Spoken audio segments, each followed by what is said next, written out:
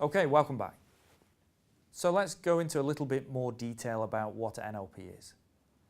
NLP stands for Neuro Linguistic Programming, but NLP can be described in many different ways too. It's the study of excellence. It's about finding out ways to empower yourself to make changes in your life and to help other people do the same. You can also say that it's the description of how we do what we do. If this hand here represents how people do what they do, then NLP for me is the closest description that certainly I've come across to describe how people do that. But it's still a description. Now the word neuro represents the fact that you experience all of your life through your neurology. Everything that you see, hear, feel, smell and taste.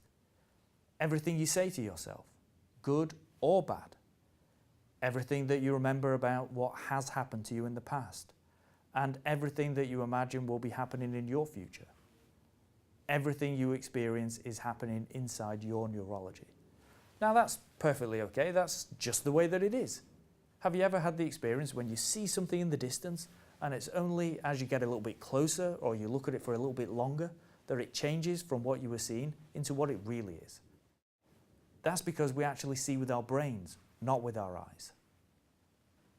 Now, as you set out to describe what your experience is, you do that by using your language, your words.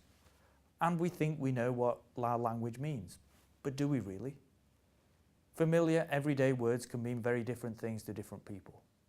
Your language reaches down inside your neurology, describing your experience in consciousness. Try this out later on. Write down 7 words for what love means to you and ask your partner or your friend or a family member to do the same thing and see how many words are the same. My guess is that it won't be quite as many as you think right now.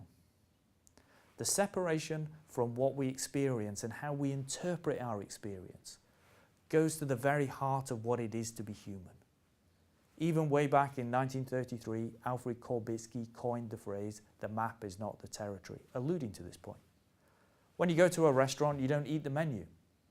But as we interact with other people in our lives, all we give each other with our words is the menu. The programming aspect of NLP is about how we put together in our heads all the steps that produce our behavior. Now, for most of us, these steps sit outside of our awareness, in unconsciousness. If you have a phobia, my guess is that whenever you see the thing that causes the phobic reaction that you have, you just think you instantly react and produce the phobic behavior. One of the ways you can actually get rid of a phobia, and it's really fast, is by breaking down the steps that you do in your head. Once you've done that, you can change the sequence so that you're not actually able to run the phobic behavior anymore.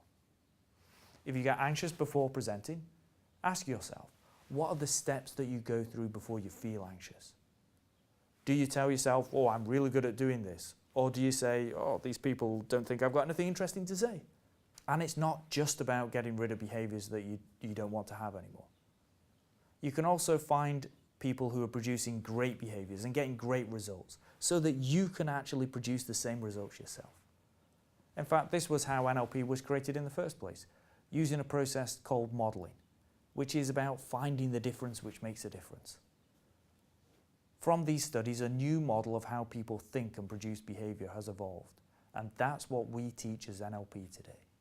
It breaks down natural human patterns of communication and language so that you can see what works and discard what doesn't. Now, taking an NLP training and learning NLP is very empowering, and I strongly believe that it's important that this is used ecologically. Ecology is just the study of consequences, so that you think about, with a particular change, how will it affect the individual, their friends and families before you actually go ahead and do it. There are other clips in this series which will tell you how NLP can help you and how you can use it to help other people. So I'll see you there.